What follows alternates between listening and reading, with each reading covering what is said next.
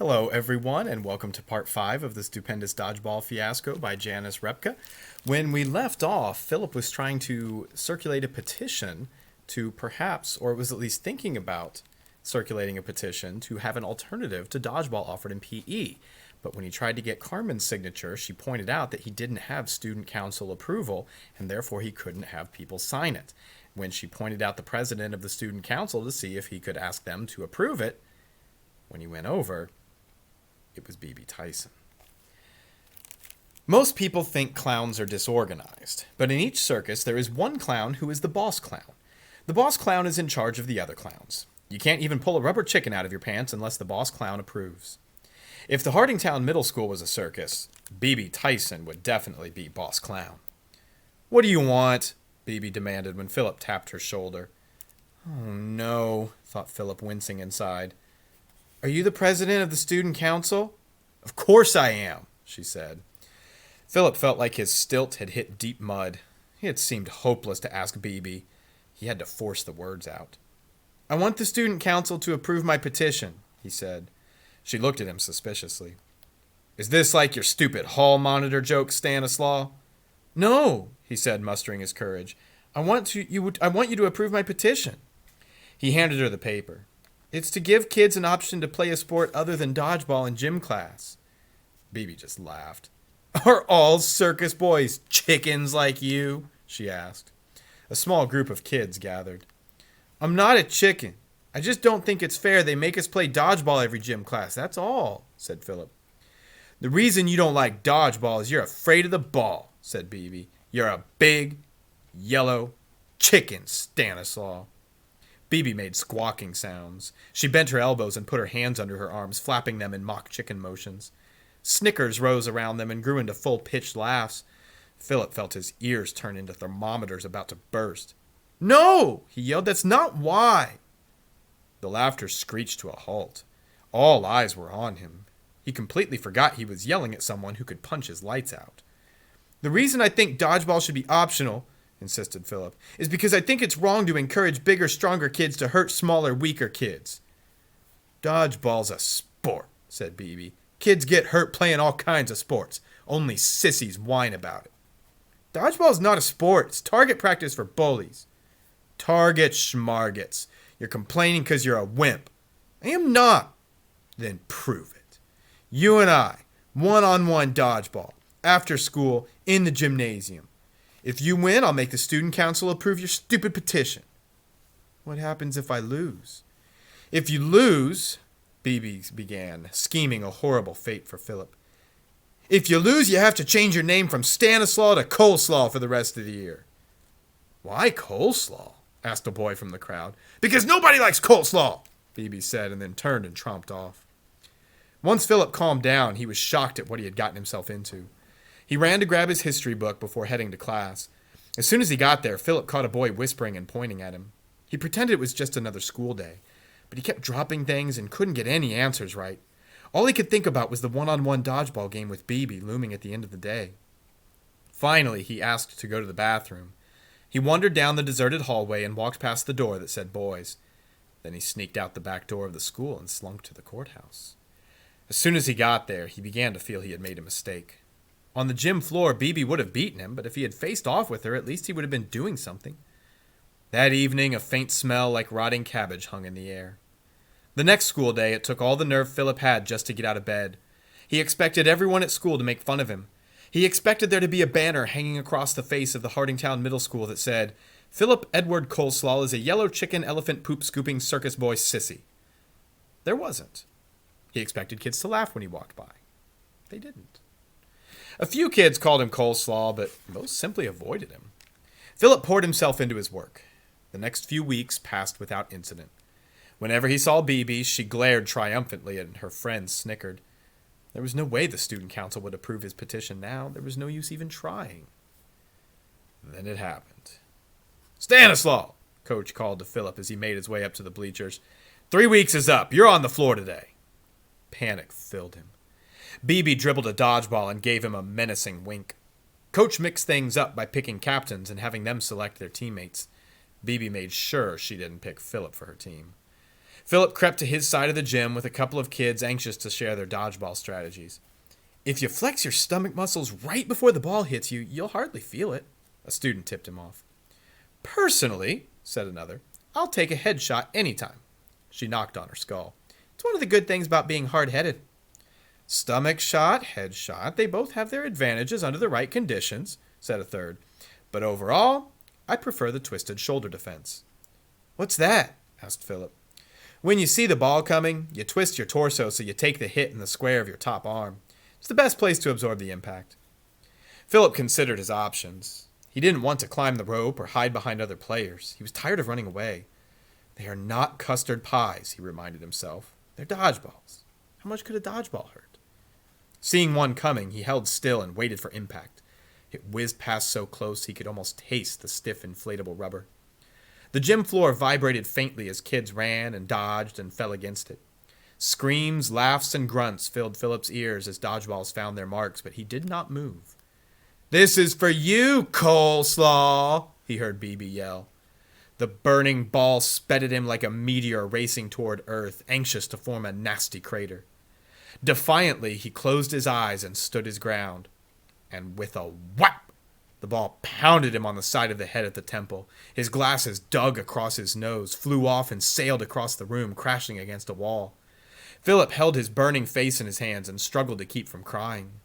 Coach blew his whistle and stopped the game. Philip located the pieces of his glasses and made his way to the bleachers where he sat with the other defeated players. You should have tried the twisted shoulder defense, one said. Philip examined his glasses. In one hand, he held the scratched lenses. In the other, the bent metal frames. Without his glasses on, Philip was lucky he could even find his way to the courthouse after school. Twice he went down the wrong street and had to turn around. Dodgeball? Aunt Viola asked when she saw his bruised nose. Philip nodded and handed her the broken glasses. Oh, Uncle Felix can fix them. He worked at an optical shop. One time he forgets to lock the door, and wouldn't you know it, burglars took all the inventory. When they got home, Uncle Felix used a pair of pliers to straighten out the twisted metal. It's all a matter of holding the frames while you twist back with the pliers, Uncle Felix said. Crack! The left earpiece snapped off. Or was it a matter of holding the pliers while you twist back the frames? I forget. Uncle Felix used a piece of red electrical tape to reattach the earpiece. He forced the plastic lenses back into the mangled frames and carefully set the glasses on Philip's nose. Plop! The right lens fell right out. Uncle Felix put the right lens back in and used the electrical tape to secure it to the metal of the frame. When he placed them back on Philip's nose, the only place to see through was a peephole in the middle. You've got more red tape here than City Hall, said the lady at the optical shop as she unwrapped Uncle Felix's handiwork to evaluate the damage. I think we'd better look for a new pair of frames. These are just beyond repair. We'll have to replace the lenses, too. When she gave them a price for the new glasses, Aunt Viola exclaimed, $249? You could buy a lawnmower for $249. True, said the optical lady, but I don't think he'd be able to see a blackboard with a lawnmower on his nose. Aunt Viola reached for her checkbook. Do I have to pay it all up front? She asked. I'll need at least $50 down, said the lady. Philip squirmed. He wished he could tell Aunt Viola not to bother, that he could do without his glasses.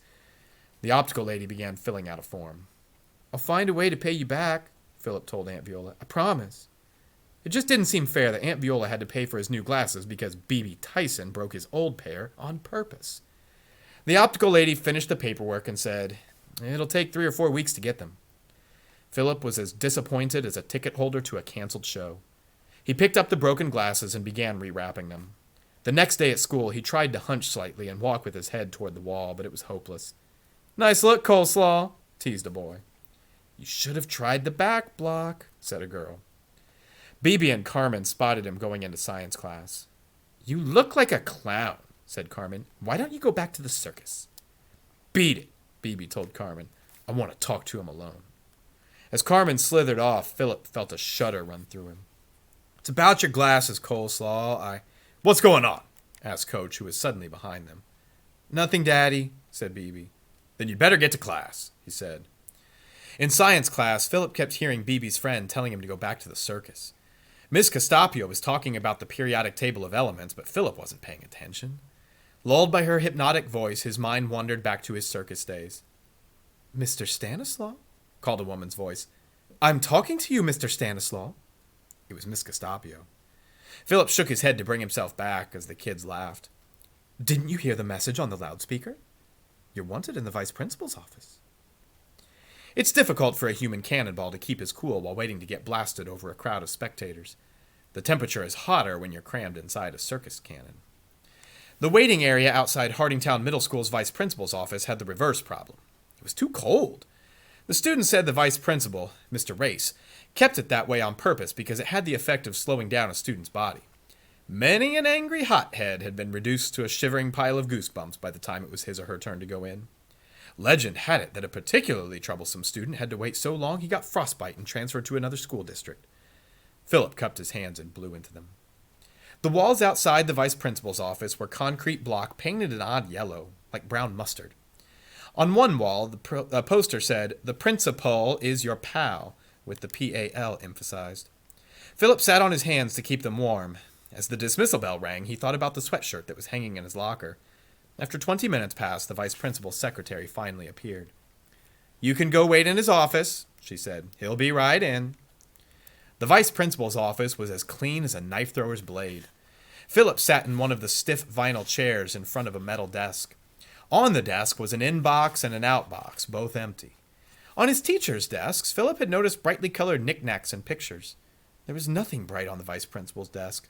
It was as if vibrant colors were banned from his office, replaced by creams and grays and browns, colors that wouldn't cause a commotion.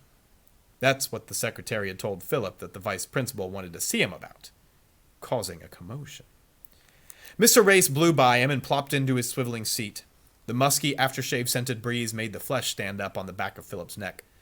Mr. Race wore shiny braces on his not-quite-perfect teeth. His medium brown hair was parted down the middle with such accuracy that Philip imagined there was exactly the same number of hairs on each side of his head. Mr. Race was always in a hurry. His name suited him. He opened a thin folder that was on his desk. "Philip Edward Stanislaw, grade 6, he read. While Mr. Race read from his school file, Philip stared at the collection of antique handcuffs in the display behind the desk. There was also a small dodgeball trophy. The gold plate on it said, "Second place." A knock rattled the door. "She's here," said his secretary, pushing the door open. Philip turned and saw Aunt Viola in her courthouse guard uniform. She removed a fresh handkerchief from her pocket and wiped her hand with it. "Thank you for coming, Viola," said Mr. Race as they shook hands.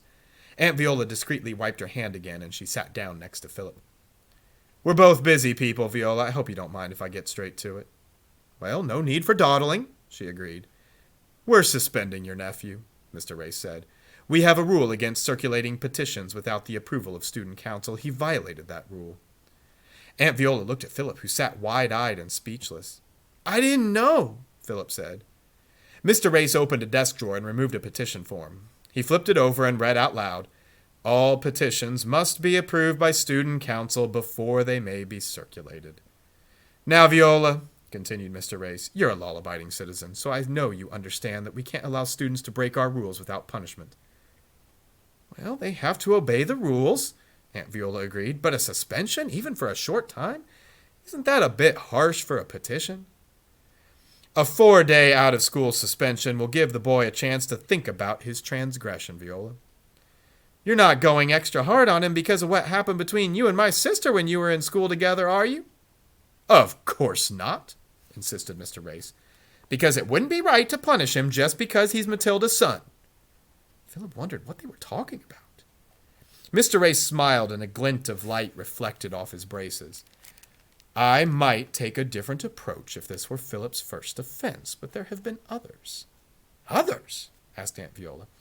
"He's left school early without permission on 2 separate occasions. The first time was an early morning. He was spotted in the hallway but failed to report to homeroom.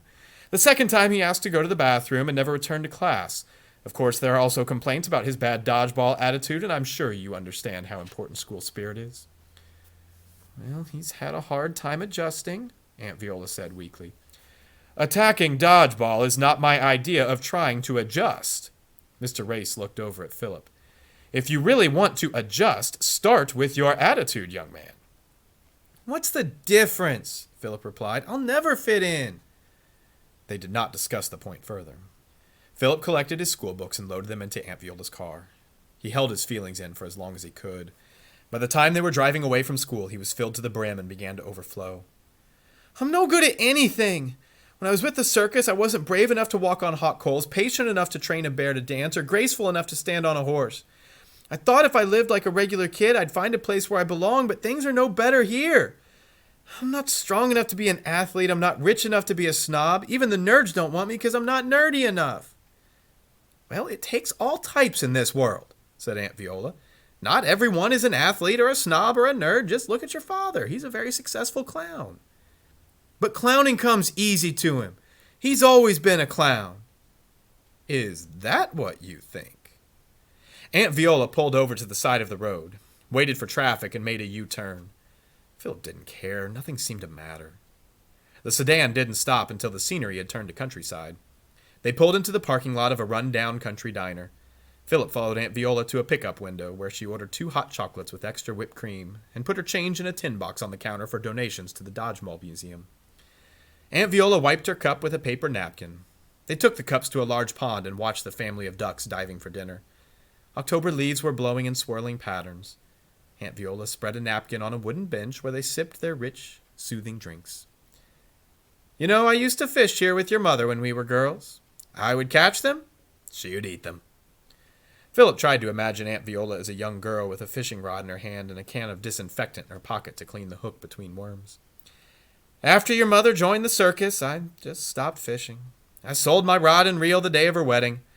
I knew she'd never move back after she became one of the stupendous Stanislaus. Philip listened with interest. He sipped his hot chocolate slowly, letting it clear a warm path down his throat.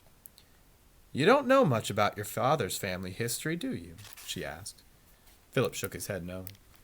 Your great-grandparents on your father's side of the family were turnip farmers. They were sensible people, hoping to raise your grandfather to be a sensible man. They taught him that the early bird catches the worm and a penny saved is a penny earned. They took him to turnip farming conventions and bought him books about crop rotation and soil conditions. One day, your grandfather was riding in the back of the truck on his way to market with a load of turnips. They hit a bump in the road and your grandfather fell right off the turnip truck. In the distance, he saw a circus tent. It was your grandfather's 18th birthday. He looked at his parents' turnip truck rumbling down the dusty road. He looked at the colorful tent. Your grandfather got the last ticket for the afternoon show. There he fell in love at first sight with the lion tamer's daughter. Philip guessed, You mean Grandma Maybelle? That's right, said Aunt Viola. He joined the circus. They got married. Your grandfather became one of the greatest lion tamers in circus history. Then your father was born, and they named him after the fiercest lion in the act. Leo Laugh-A-Lot? Asked Philip. No, back then, Aunt Viola explained. His name was Leo the Ferocious. More than anything else in the world, he wanted to be a great lion tamer just like his father. Philip asked, Why didn't he? Well, it turned out he was allergic. His sneezing and wheezing got so bad that one day when he was 11, his parents sent him to live with relatives in Arizona. I never knew that, said Philip. Well, it's not something he talks about. The fact is, he was miserable. The circus was in his blood. When he turned 18, he came back and took up clowning. What happened to his allergies? Well, he'd outgrown them. The day he went back, he met your mother, who had joined the circus the year before. She was juggling flaming arrows, and they fell in love and got married. Then you came along. They were so happy. Your father swore he would be a clown forever, and he would never leave the circus again. Philip looked down at his half-full cup of hot chocolate. The steam was gone, but it still tasted good. We each have a place in this world, Aunt Viola said. Someday you'll find out where you belong. You understand? Philip nodded.